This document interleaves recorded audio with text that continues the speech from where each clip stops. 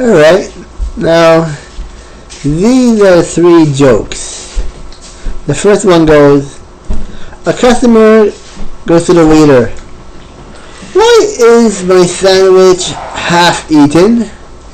And the waiter goes, I didn't have time to finish it.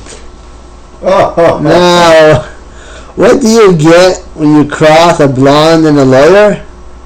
Hey, there's something even a blonde won't do. Now, a man walked by a table in a hotel and noticed three men and a dog playing cards. The dog was exhibiting an extraordinary performance. That is a very smart dog, the man commented. He's not so smart, said one of the mad players. Every time he gets a good hand, he wags his tail.